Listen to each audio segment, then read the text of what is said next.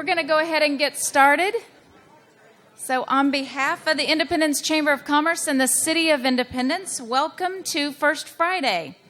Before we get started, we want to thank our business sponsor this morning. Our business sponsor is Westar Energy, and today we have with us two guests. We have their business manager, Carrie West, and their operations manager, RJ Jubber. And Westar is responsible for, as our sponsor, is responsible for paying for all of the wonderful muffins and the fresh fruit and the hot coffee that you're having this morning. So please help me welcome our business sponsor for today's First Friday, RJ Jubber.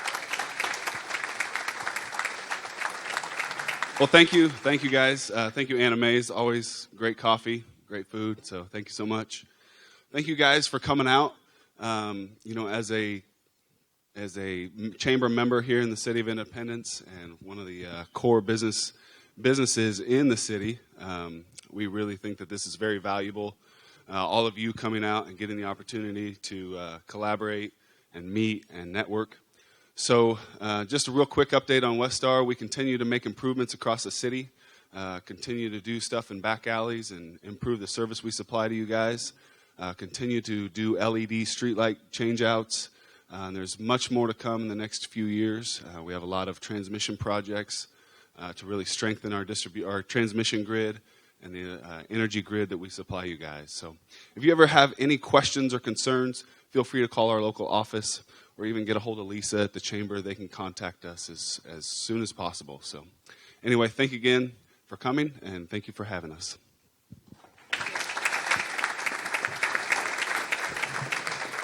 Thank you, RJ, and we do love all the new lighting that is around town. All right, so First Friday is co-sponsored by the Chamber of Commerce and the City of Independence as a free event that is open to the public that gives us an opportunity to come together at the first Friday of every month to share accurate information.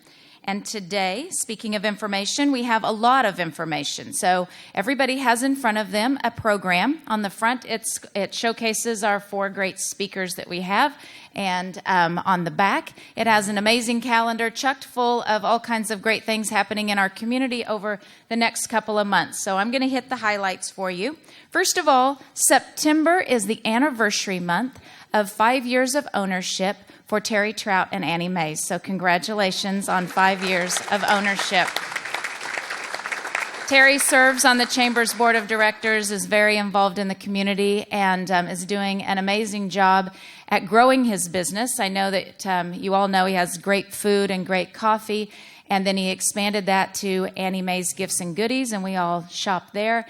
And later next week, there will be a new store opening up. Libby Boulder will be opening up her second store called Libby's Boutique, and it will also be in Terry Trout and Tom Schwartz building. So we look forward to having another great store in Independence. So congratulations on 5 years, and thank you for your commitment to Independence.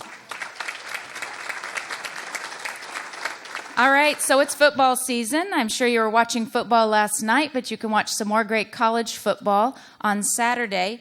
The ICC Pirates will beat Fort Scott Community College at 7 o'clock on Saturday evening. Just like we have the listening tour for our mayor and we have Chiefs Chats with Chief Harrison, we're now doing with the city, City Chat, which will be an opportunity for you to sit down with Micky Webb on Tuesday in the American Legion room right here in the Civic Center from 5 to 6.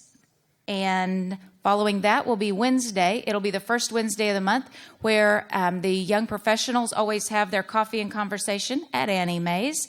And so all of our young people can get up early at 7 o'clock and head out for that. And also the YP group is having an Investing 101 sponsored by Equity Bank on the 14th. And that is kind of a professional development opportunity for our young people as well. The City Commission will have a meeting next week on the 8th, and the Kansas Small Business Development Center, along with Main Street, is putting on a class that is called Art for Business. And it's an opportunity for all of the area and local artisans to come together who have been toying with the idea of taking their art a step further and turning it into a business and maybe working with each other. And so to learn more about that, you can attend that class, and there's information on here, or you can contact the Main Street office. IHS will have their opening football game next Friday. They too will be beating Fort Scott on the high school level at 7 o'clock. And next Friday and Saturday is the Can-Okla 100-mile sale, which is huge for Independence.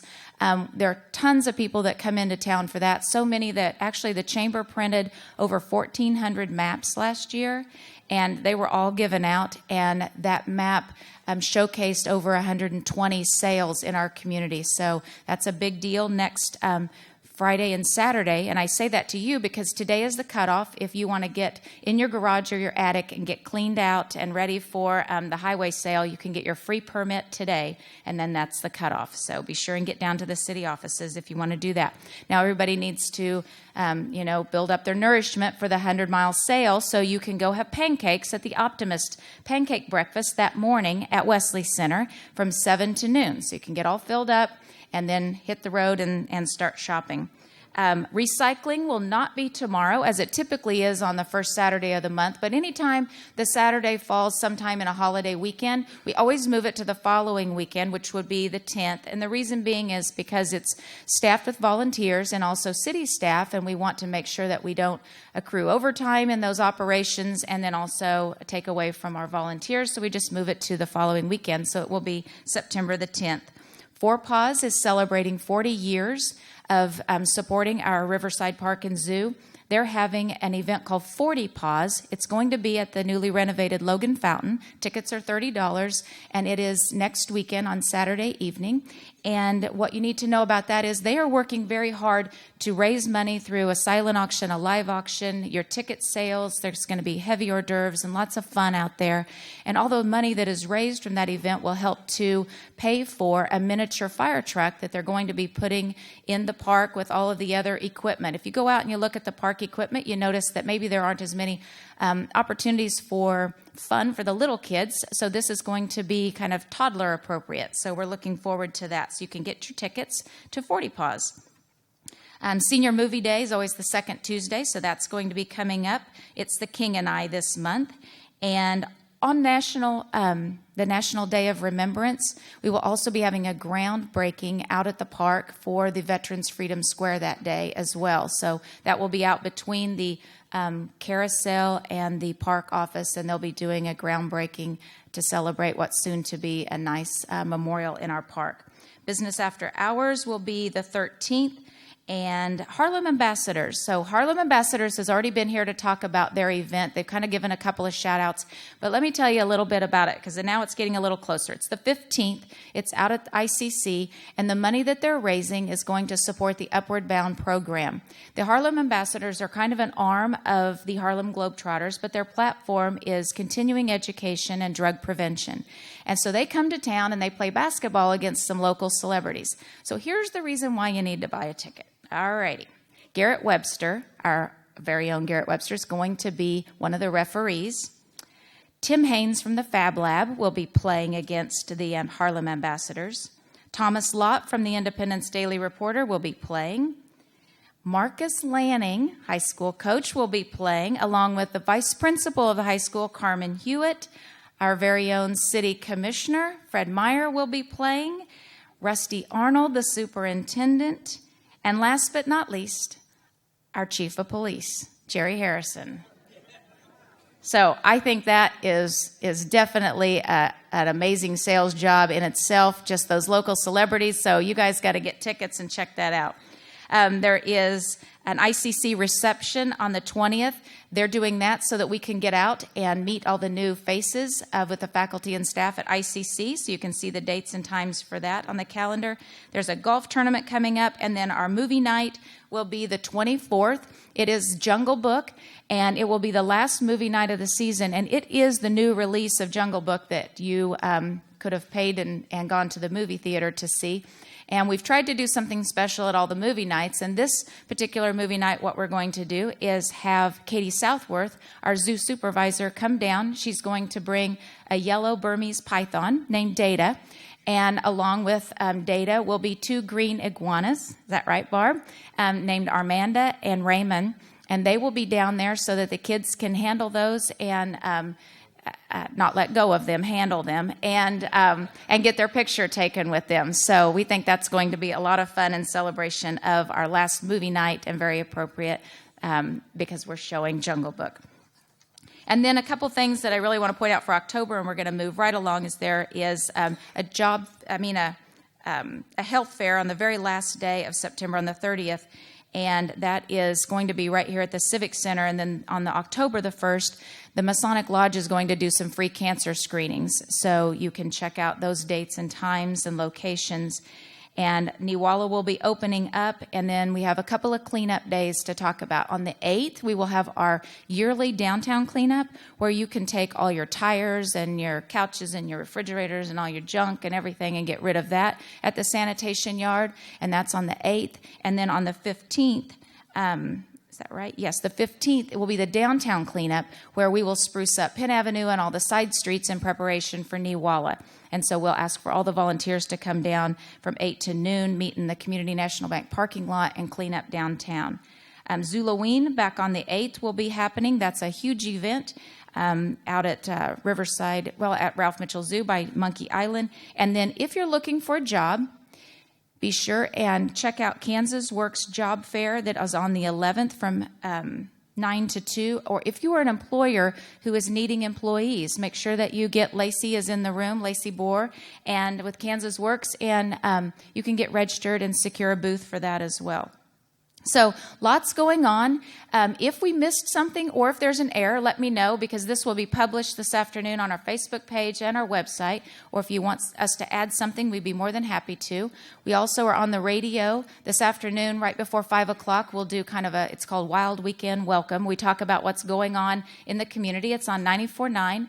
And then also on the radio twice a day on 3 stations. The AM station is 1010, 94.9 on FM, and 102.9. There's a community calendar that plays. So if there's something that you would like to have on the community calendar, please let me know and I will get that added. There are comment cards on your table. We always like for you to fill those out. If you have some idea of some great speaker, some topic you'd like to hear about in the future, we would like for you to fill those out. And plenty of muffins and coffee and fruit. This is a relaxed time, so if you need to get up, feel free and do so. And we are ready to get started. Today's event is not as we typically do, with 3 or 4 different speakers talking about lots of different topics. Today is all about the decision and the relocation, the decision to relocate temporarily to our new space at Building D. And so here to speak to us will be these 4 gentlemen that are listed on your program. And first up will be our city manager, Micky Webb.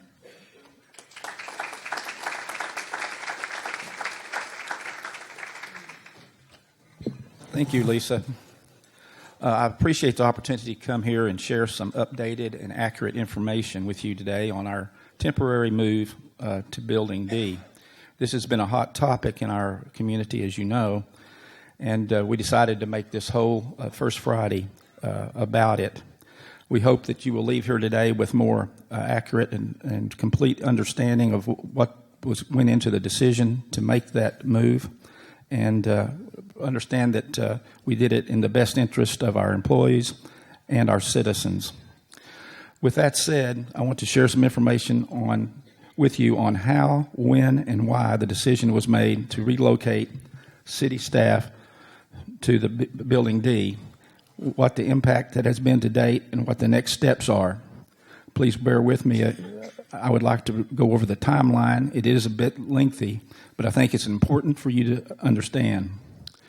On Monday, July 18th, the Public Safety Director was notified of an employee's positive test by their personal physician for mold exposure and illness, and workers' compensation claim was imminent. The employee worked in the police department, which is in the lower level of City Hall, where the moisture intrusion is the most prevalent. Assistant city manager and city attorney were notified of the situation. I was on vacation out of town, but was notified and participated in the discussions remotely. I instructed our public safety director to research quotes for mold testing at City Hall, and he subsequently contacted 2 different environmental companies. On Tuesday, July 19th, city's labor attorney, Mr. Cooper, that's here today, was contacted and apprised of the situation. We were immediately advised to make accommodations off-site for the affected employees and to hire an environmental consultant. The employee was accommodated in Building D, and an environmental consultant was contacted, which is Paul with Allied, who's here as well.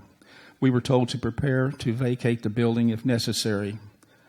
Our workers' compensation claims agent was also informed on this day that a claim was likely imminent. She asked for confirmation that we were making appropriate accommodations for the affected employee and also advised us to be prepared for multiple filings. On Wednesday, July 20th, Public Safety Director, Police Chief, Police Captain, and Assistant City Manager began planning around a worst-case scenario which involved relocating all staff. On this day, our city physician was informed about the workers' comp claim. He asked numerous questions about the conditions in the building and the medical testing that had been done. Based on his experience with similar workers' compensation claims in the past, his recommendation was to remove people from the building and fix the problem. He said that any affected employee should be removed and should expect to feel better within a few days to a week. If their health did not improve, he would examine the employee in his office. On Thursday, July 21st, Police Chief and Public Safety Director discussed what additional accommodations to provide employees, and Police Chief began meeting with staff to share information on the situation. In the meantime, the Public Safety Director continued to evaluate the building and noted several moisture problems in the basement. Police Chief discussed multiple verbal complaints he had received from employees over the past few months related to headaches, sore throats, rashes, sinus infections, and generally not feeling well. On Friday, July 22nd, workers' comp claims were officially received from 2 employees, and the insurance company expressed significant concern about the potential for a major claims issue. On Monday, July 25th, I returned to the office and called an emergency meeting. I was briefed on the situation and what had been discovered throughout the building. While the issues were the most prevalent in the basement, we believed we had mold problems on all floors. Our Public Safety Director and Police Chief continued to plan for the worst-case scenario. On Tuesday, July 26th, we were contacted by our workers' comp providers and asked for a plan of action. We advised them that we would be notifying our City Commission at its meeting later that week, and seeking direction. An hour later, we received a contact from Vice President of Risk Control at the insurance company urging us not to conduct any testing while employees were still in the building. Their recommendation was to remove all employees from the building, do the necessary mold remediation and building repairs, then only conduct environmental testing in the building after the work was complete to ensure it's safe to reoccupy. That afternoon, the Public Safety Director and I reviewed a plan for how we could accomplish an evacuation of the building and relocation of staff if it was ultimate direction from the Commission. We discussed how to remove the police staff and dispatch and keep them operational. We talked about IT needs, communications, electrical capacity, security, how to relocate all other city departments, and how best to accommodate the fire EMS apparatus. We also met more with the city physician to update him on the situation and confirmed his recommendation that the staff be vacated from the building. Excuse me. He reiterated that this would be the best move to protect employee health. Then on Wednesday, July 27th, this was another day of planning for how best to accomplish a complete building evacuation over the next few weeks. I also contacted city commissioners individually to inform them of the situation and let them know we would be bringing the issue to them for action at their meeting the following day. On Thursday, July 28th, the city commission voted unanimously to relocate all staff from City Hall to Building D, the former Mercy building on West Laurel. Then on Friday, July 29th, an all-employee meeting was held at City Hall at 8 a.m. when I announced that we would be relocating. Planning began to relocate to Building D. We took a walk through the building to determine the best locations for all departments. On this day, we also contacted contractors we need to help facilitate the move, and our department leaders began making preparations. Our public safety director was also contacted by about 15 different employees who had complaints of multiple health issues, including everything from hives to difficulty breathing, but none wished to file an actual claim at that time. They did express their hope that the symptoms would resolve when they were relocated from City Hall. Staff reviewed options for temporary facility to house the fire and EMS apparatus. Our original thinking was along the lines of a military-style tent structure that we would lease, but after considering the projected cost and because we did not know how long we would need the temporary structure, we decided to look into construction of a metal building that could be movable at a later time. An architect was contacted to get the proposals for this option. Also on this day, our public safety director contacted the Kansas Board of EMS to advise them of our situation and our plans for temporary accommodation for our ambulances. On Monday, August 1st, the police department began the relocation process, and a mobile command trailer was borrowed from Crawford County to serve as accommodations for 911 dispatch crew while a new dispatch system is being installed at Building D. The new 911 system was already on the calendar for February of 2017, but we were able to get the process expedited due to our situation. We met with our architect on this day to review the specs for the metal building, garage building for the fire EMS, and began to research companies to do the construction. Also on this day, a specialist with Allied Environmental out of Wichita conducted a walkthrough of City Hall and provided us with information on personal protective equipment and guidance on how to properly prepare items for removal from City Hall to avoid carrying any mold contamination with us. Tuesday, August 2nd, the architects sought bids for plumbing, electrical, and mechanical systems for the temporary fire EMS garage. On Friday, August 5th, the police department completed its move. It was determined that the remainder of the departments could be relocated by the end of the following week. 2 quotes were received from construction companies for the temporary metal fire EMS garage. On Sunday, August 7th, Public Safety filed a variance request with the Kansas Board of EMS, allowing ambulances to be relocated and stored outside for a temporary period due to our situation. On Monday, August 8th, Kansas Board of EMS confirmed approval of the action to relocate staff and equipment and approval of a 60-day variance for the outdoor storage of ambulances. A third construction quote was received this day for the temporary fire EMS garage. Wednesday, August 10th and Thursday, August 11th, City Hall departments were closed to complete relocation to Building D. Also on Wednesday, a representative from the Kansas Board of EMS visited Independence to review the variance request and relocation and again approve the request. Also on Thursday, the City Commission approved the construction of a temporary metal garage facility for fire EMS. On Friday, August 12th, City Hall reopened at its temporary location, 811 West Laurel. On this day, the Kansas Board of EMS was notified of the plan for the temporary structure to house the ambulances.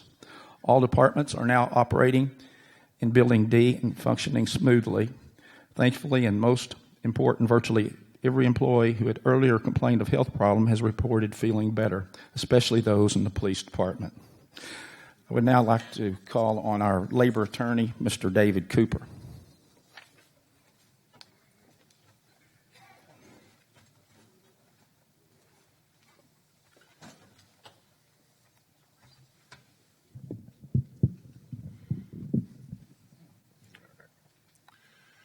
Again, I'm David Cooper. I'm an attorney from Topeka, Kansas. I practice with the law firm Fisher, Patterson, Sayler, and Smith.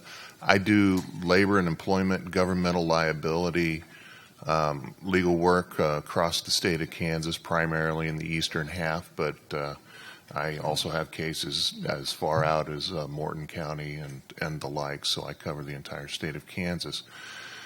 I've been providing advice to and representing the city of Independence, well, my entire legal career, frankly, and I've been doing this 20 years. So I go back to a prior city manager, and I've been representing the city ever since Micky became the city manager.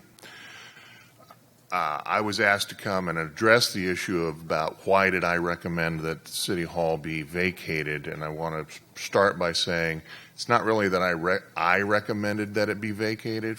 What I did is I recommended that that your city staff engage consultants, listen to their advice, and follow that advice.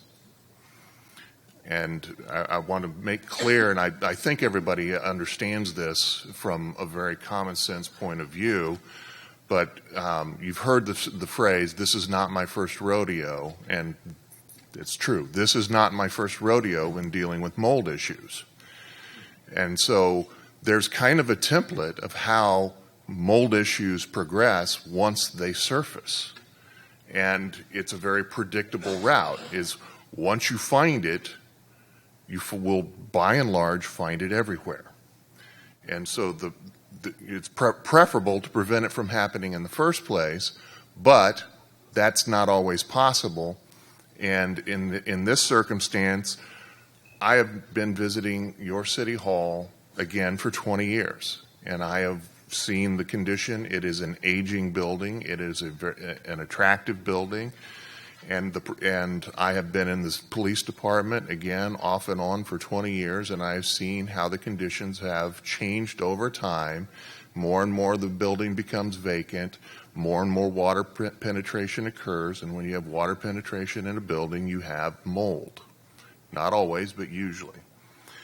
And so we have this aging building, and we have the circumstances that occur over time, and then when I'm contacted on July 9 that we have a documented occupational illness being reported, this rodeo that I've referred to is in motion now. And what we do is first we have a recommendation by that employee's physician. We need to follow those recommendations. And it's a bad joke, but doctor, it hurts when I do this, and what does the doctor say? Don't do that.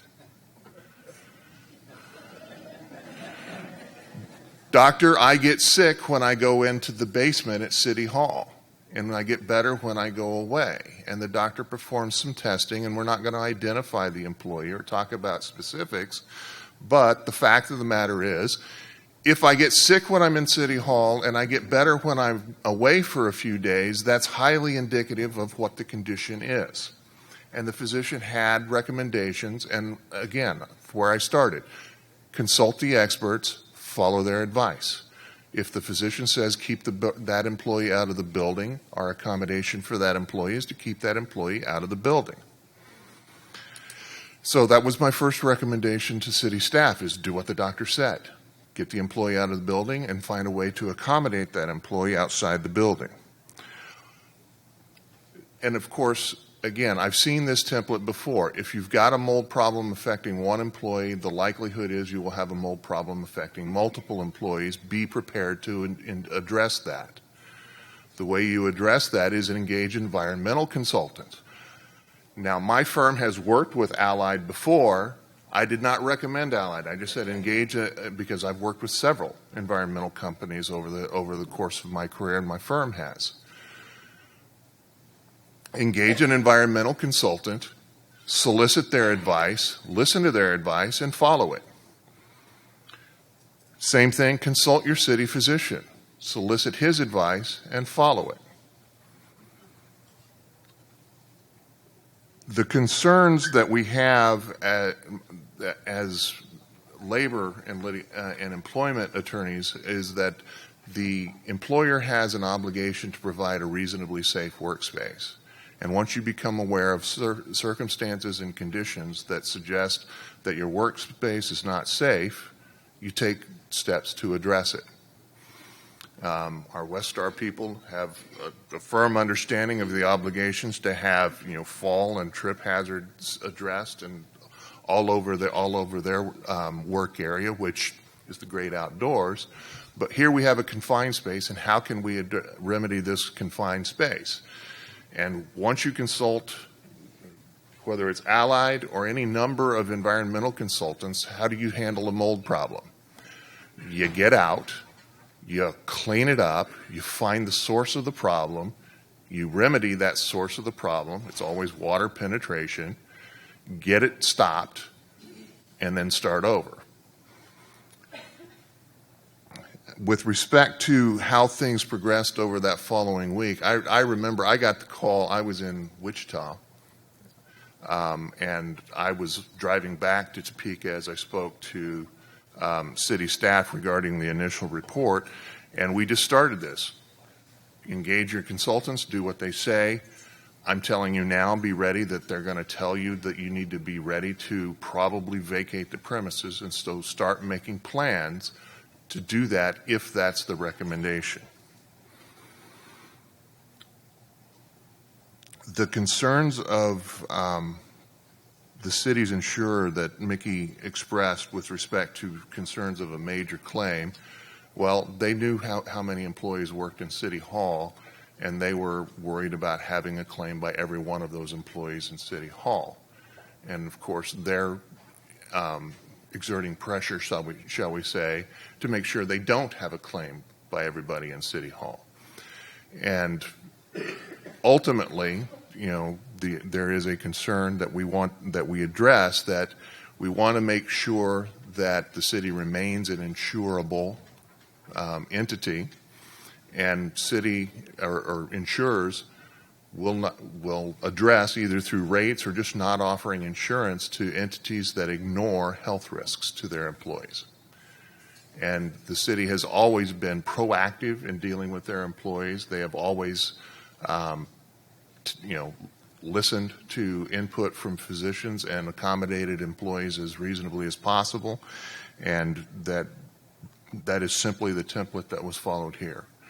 So it's not a circumstance here of anything unusual happening. It's a circumstance of you were presented with an issue, city staff investigated the issue, and addressed it and reacted and responded appropriately.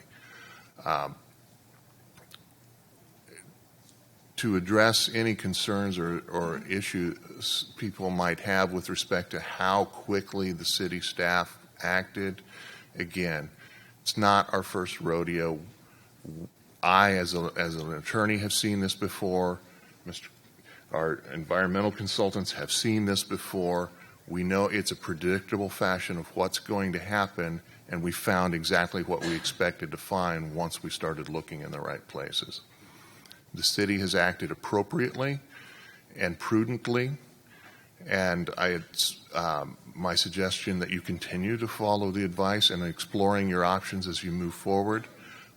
You have, again, gotten the employees away from the problem. Now you're looking into how big the problem is and how best to address it, and I think that's exactly where you are in this process.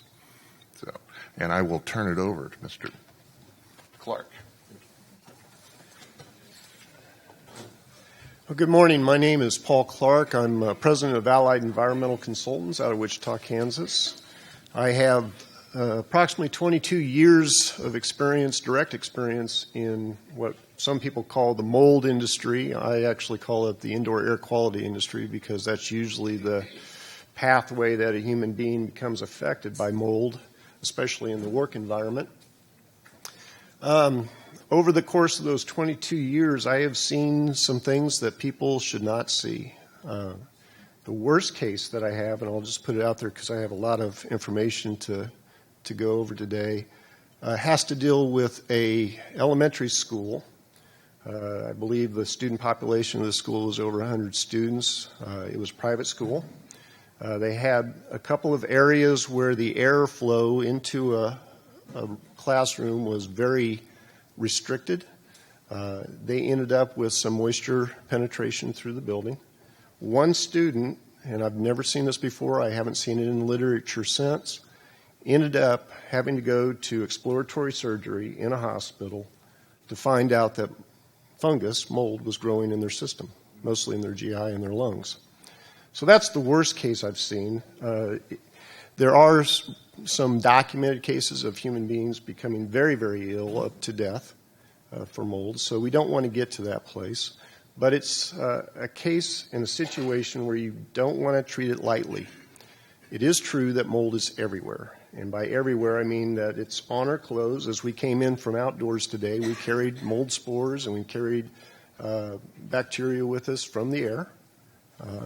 The thing about nature is, and it's a beautiful thing, is in the right context, these vectors or these pathogens don't really bother us. However, when we tip the balance and we introduce a lot of moisture into an occupied space where there are lots of food sources for these pathogens, they can grow rapidly, and that's when they become harmful to human beings. Essentially, for a 1916 age structure, a 100-year-old structure, we have allowed the outside of the structure to not be as tight as it should be, like our tightnesses of our homes. It keeps the rain out, keeps the snow out. Unfortunately for this building, it's aged, and the water is starting to penetrate through the structure itself, not only in the foundation, the basement, but also along the window penetrations of the building, and possibly in places through the actual mortar. There is a condition in our industry that we look for that is present at the City Hall building, and that's the condition of effervescence, and that's just a fancy term meaning that white fuzzy stuff that you might see in your basement, maybe a foot off the floor, maybe a couple of feet off the floor. Sometimes it forms a ring around the inside of the foundation. You can brush it off, and you might come back another year or two, and it'll be there again. That condition is evidence of the penetration very, very slowly of water creeping in through the cement or masonry materials. It picks up parts of the minerals from those materials, and when the water and the moisture gets to the outside, or the inside, if you will, of the wall, it evaporates and it deposits materials very much like salt gets deposited when you have a briny water and it evaporates. So that's a condition that we see on all floors except the attic of City Hall. We see it in a couple of different ways. In the basement, that condition exists at about 4 to 6 feet off the floor.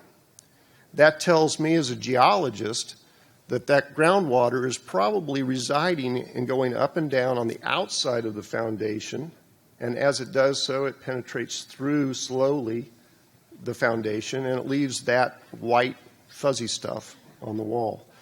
And that's pretty consistent throughout all of the basement. So we know we have water penetration there. In the basement as well, we know that our sump systems are not working as properly as they should, and because of the age of the building, there's no one around that can tell us, did we put an underfloor drain system, did we do a peripheral drain system around the foundation to bring that foundation water, or the seep water on the outside, into a place where we can pump it and relieve that pressure that we see at 4 to 6 feet on the inside of the building. Elsewhere in the building, including the basement, we have a nice plaster coating on the walls, for the most part. We have a few places where there's paneling, a few places where drywall's been added or replaced the plaster. But the plaster is buckling and blistering in certain locations where we would expect to see water penetration, primarily under the windows, behind the registers for the steam heating system, and that's likely due to the heat-cold cycle that's going on in that location. But under the windows, it's very likely that it's due to water penetration. On the exterior of the building, we have seen evidence that the structure itself is just not maintaining its age very well. And primarily what we see is steel, about 1/8 to 1/4 inch steel header plates at the top of each window penetration. They're starting to bow, and they're starting to get corrosion at the top of that plate between that and the mason structure on the outside of the building. So the penetrations that those windows are sitting in are becoming unstable. And where we're not tight between the casement of the window and the building structure, we're going to have evidence in places where water can seep through.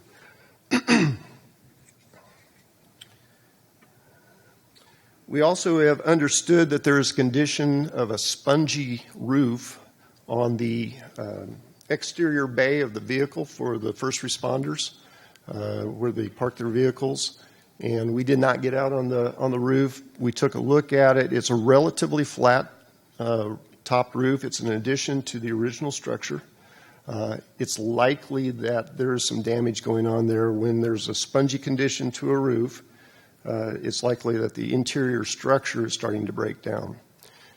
In my world, when we have wood structural systems in place and we have a lot of water penetration, that's going to lead to dry rot. Dry rot is a condition where there's usually 2 or 3 specific types of mold that attack the wood and do their thing that nature intended on doing, which is to break down wood, which happens out in the forest. Otherwise, we'd be run amok with a big, tall stacks of leaves and litter.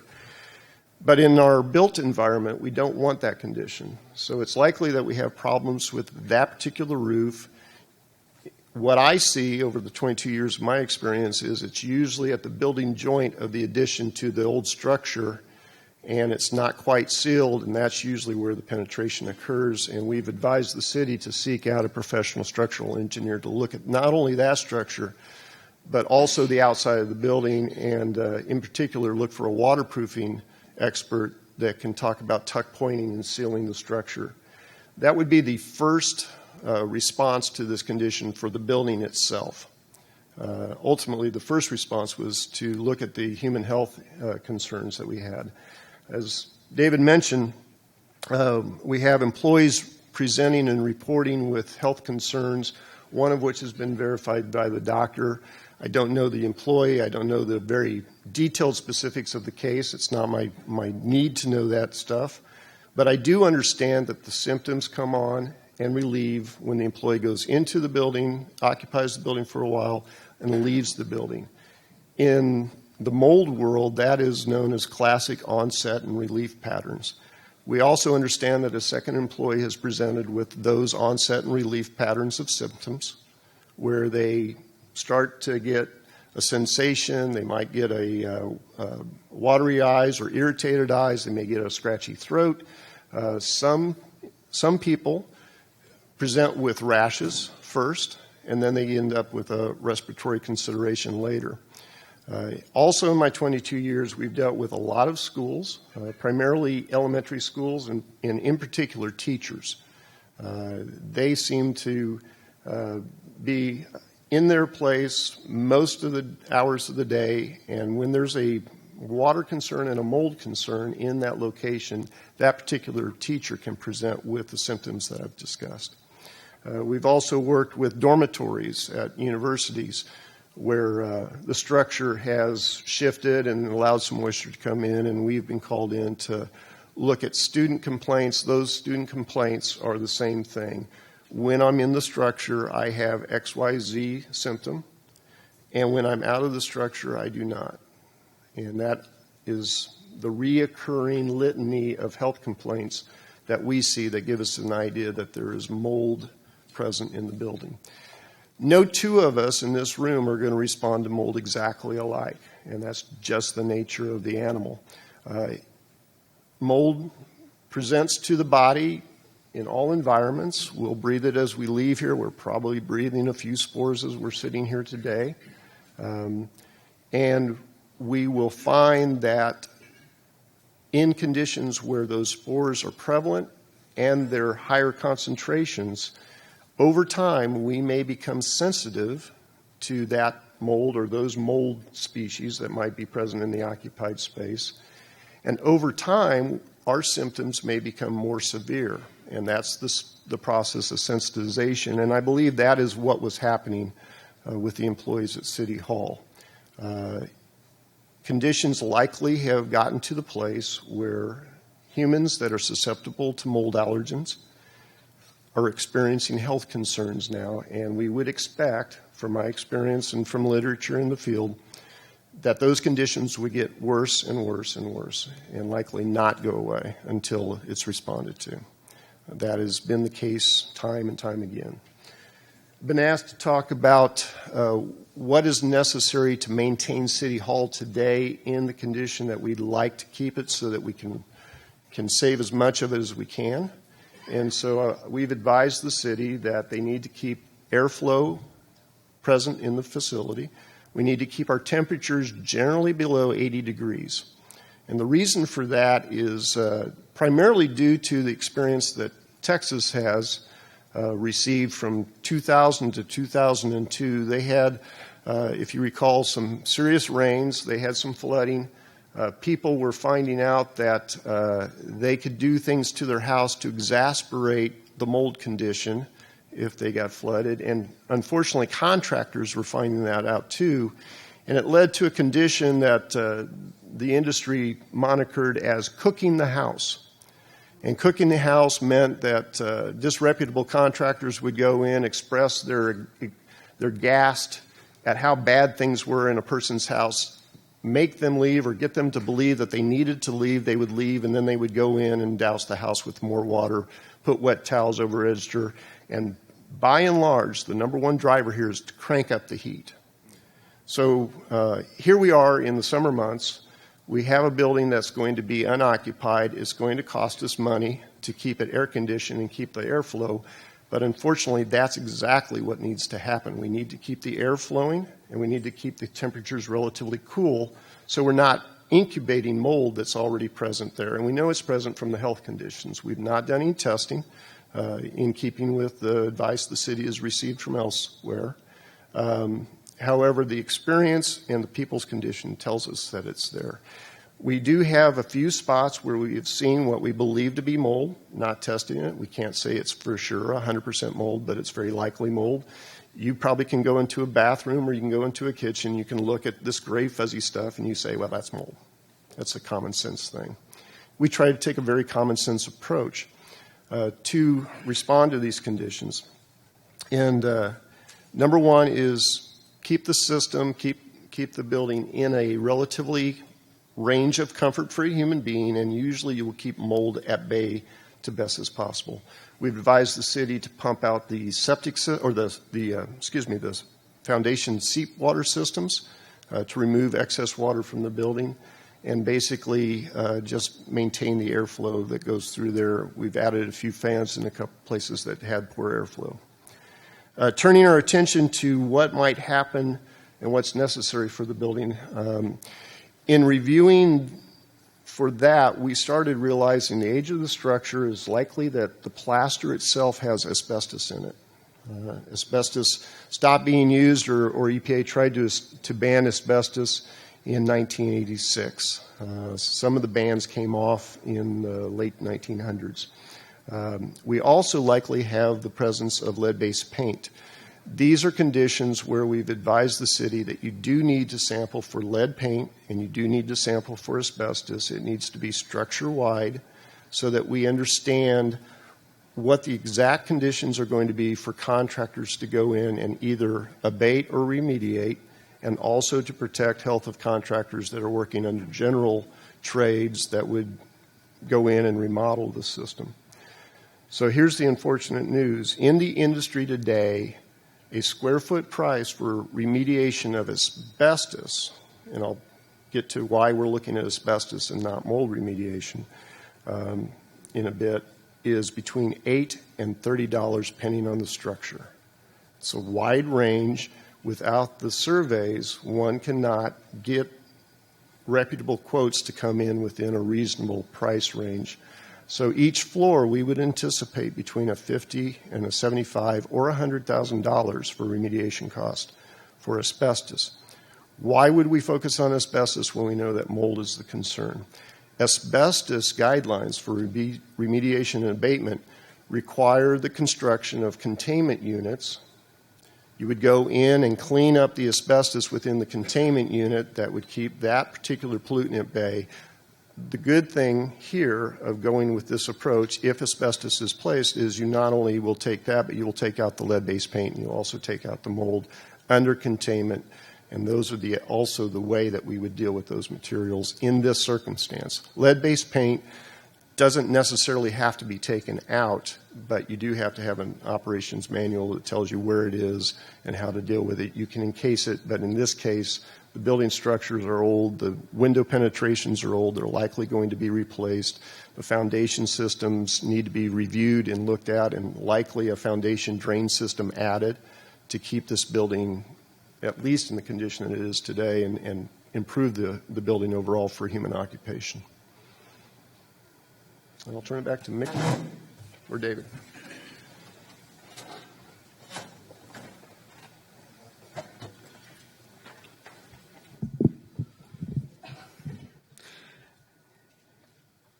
I just have a few things to say. It is important to acknowledge all of the city employees. This transition to the temporary facility could not have been accomplished without their hard work and efforts.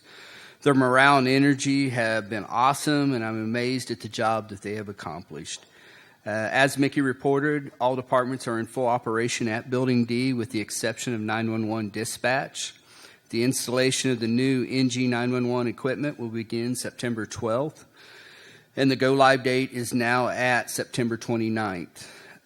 First floor, city clerk's office and water department are up and active in that first floor entrance. On the second floor, we have my office, the police department, fire, EMS, utilities director, housing department, city manager office, and the building inspector. In the basement, we have municipal court, Public Works Director, and that will be the location of our new 911 dispatch. As you have probably observed, the site work has begun on the temporary apparatus bay on the southwest corner of the property. The footers and the slab should be poured next week, with the metal arriving by the following week. We are on schedule to have the garage up and the ability to park units in there by mid-October, with final completion by the end of October. As far as cost, and I know I make Jen nervous when I talk cost. I know there are questions about the cost, how the expenses of the move are going. We are still working within the guidelines of what we put out, approximately $325,000 to relocate City Hall and $319,000 for the apparatus bay with a $50,000 contingency. Also can report that we have received $500,000 from Mercy that has been deposited to the city. As far as employee health, I continue to monitor these employees and their health status. As Micky stated, I'm happy to report that these employees' health has improved. I am monitoring approximately 15 employees' condition at this time. Those symptoms have significantly improved or are now gone, and they varied from respiratory distress requiring inhalers, sinus issues, pressures, headaches, hives, rashes, sore throats, persistent coughs. So,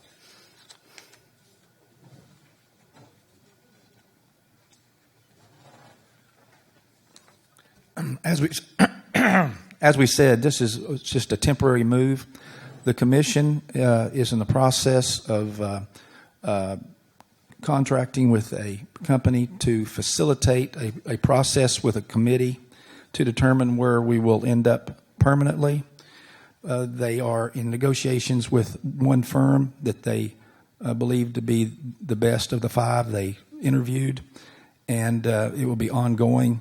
I expect that we will be doing testing on the City Hall building to determine those amounts of each that we have, do a survey, both asbestos, lead-based paint, and also mold. As David said, the employees have done a great job in jumping in and helping us move. We didn't have to contract for that. We did it all, pretty much moved everything over there in one day, and had everything set up and ready to go by that Friday.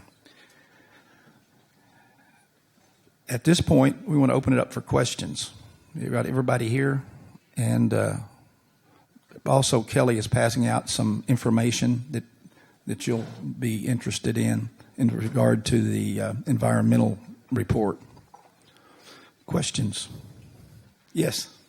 I would like to know if this Civic Center is being monitored for water problems. Can you reiterate that? Yes, the question was if this building is being monitored for water problems. Yes, it is. I've noticed water here sometimes. Well, we need to address any water. Where did you see that? Back by the bathrooms, Okay. Which bathroom? the ones over there in that corner. Oh, the big bathrooms? Yes, there's been water standing there sometimes, and in the evenings. Okay, thank you. We'll check that. I wasn't aware of that. Anyone else? Got to be some questions. Yes.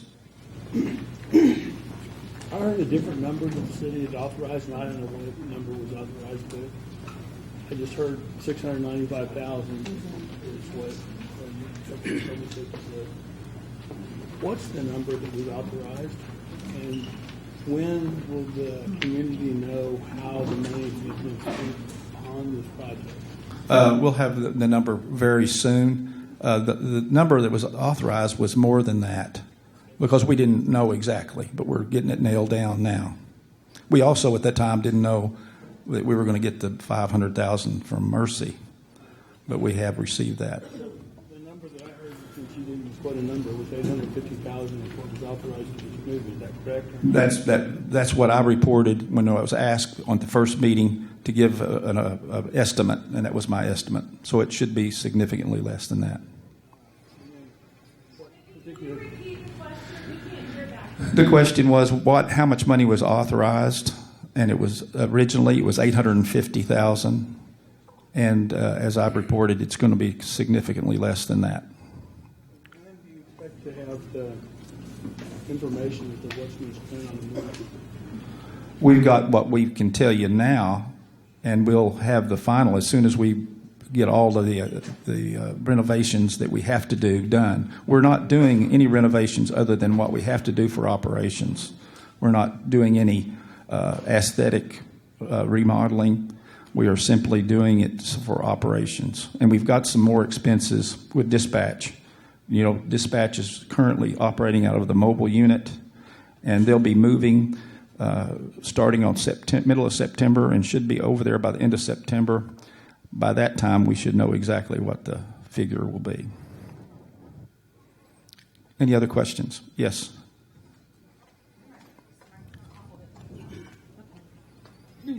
I keep hearing from you and the commissioners that you're operating, or you want what's in the best interest of employees and taxpayers. But it's a little bit hard for me to understand how that's true when we've let mold grow in City Hall for years. That's not in the best interest of employees and taxpayers. We've ignored the water penetration problem for years, which is not in the best interest of employees or taxpayers. And we've delayed putting on a roof for years, even though the money's been budgeted for a replacement of the roof. It seems like to me we've just had a bunch of not-on-the-log activity where nobody did anything, and now we're paying the price.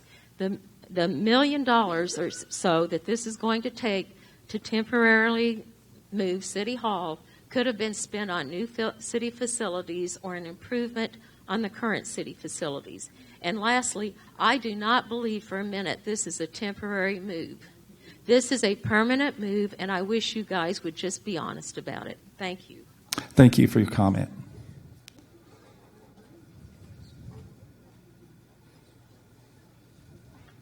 Questions? Do we have any idea what it will cost to get the old building back to mold-free? No, the first thing we're going to have to do is we're going to have an environmental survey to get those numbers like Paul was talking about.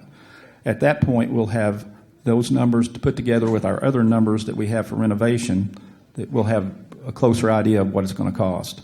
And we'll need to get that done before the committee makes their final decision. Can I ask Paul off the record, is it cheap? Is it cheap to do that? It's not terribly expensive. It's less than $10,000, and that'll will likely not do mold unless we see something that's really troubling. The asbestos and the lead-based paint are the driving concerns for the surveys. And if we're lucky, and the plaster does not have asbestos in it, which that age, it likely does, because we put asbestos in everything in the early 1900s. If it's less than 1% in the plaster, then that gives the city some options. Do we keep the good plaster in place and bring in a stucco company that can take care of the rest of the plaster, return it to original like condition?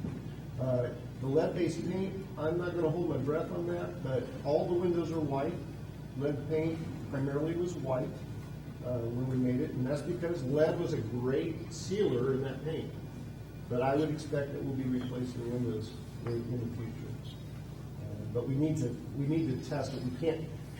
Mold's a little bit more forgiving when it comes to the science of is it there, is it not there. We know it's there because of the human conditions. Those are the classic symptoms for mold. Lead has to be surveyed, asbestos has to be surveyed, and it's done according to law. And then there are limits that we can live with, that we can keep structure with.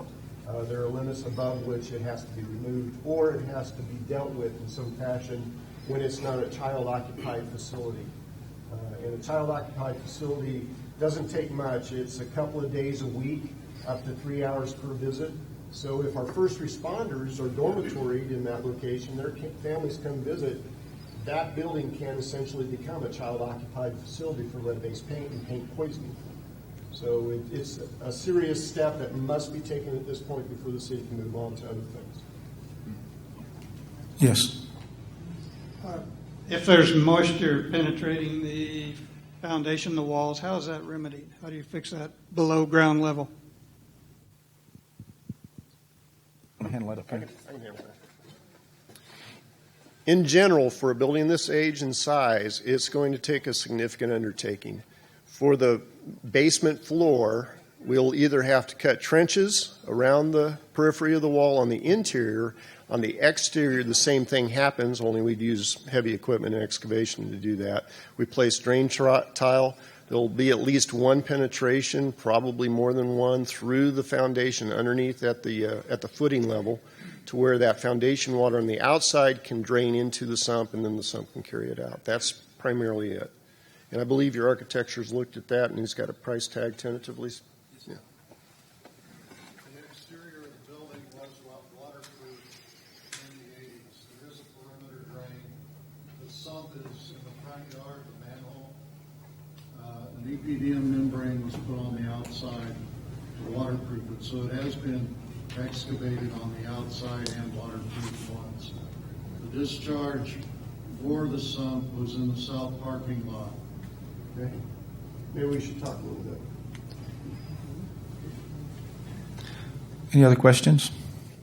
Yes. Let me give you that. Get everything remediated, the mold and the asbestos and lead and so forth. Is this building actually going to be suitable for city operations? Is it big enough, configured right for continuing operations? It's not big enough for all of our operations that we need to have placed. It's not big enough for our fire EMS primarily. Everything else we could manage. Why are we thinking go back to the building if it doesn't fit us? Well, that'll be up to the commission and the committee that they appoint to determine where their home will be. Anybody else? Yes. I heard, I don't remember who I heard this from.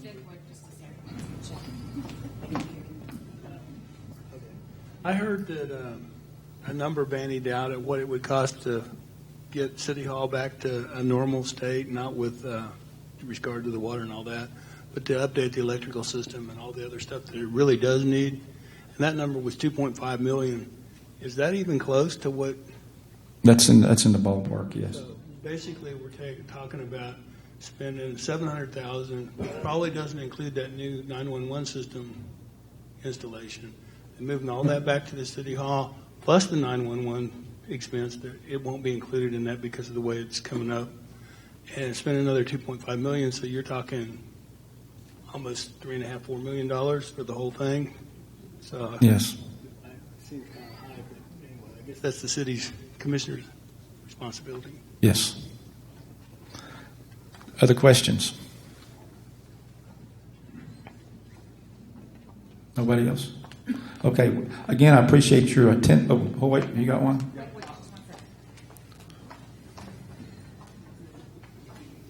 The remediation expert, I have a question for you. Yes. How long would you say this mold problem has been festering in the building? You say you've been working with, 20 years or so or something, but how long does it take to reach this state? This state I can't say. Nature can say. But in general, when there's a flooding situation, roof blows off a house, and you have deluge coming into the property, and the industry guidelines that are out there generally cite 24 to 48 hours for mold to take place and to get to a condition where human inhabitants can become affected. So it's a very short period of time. This condition likely didn't take 24 or 48 hours. So this condition has happened over years. The blistering of the plaster, the delamination from the wall, if you don't have water penetrating in those locations, you're not going to have those conditions. And you do have tight plaster elsewhere in the building. So that penetration of moisture through the masonry structure is a very long period of time. It takes a while.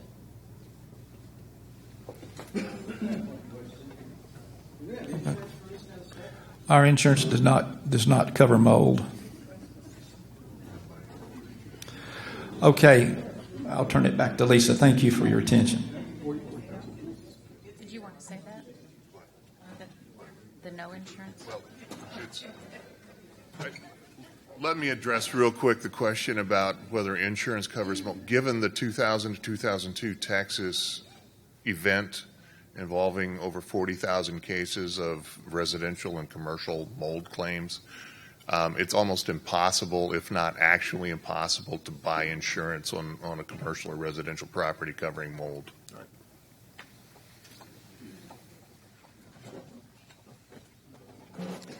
Okay.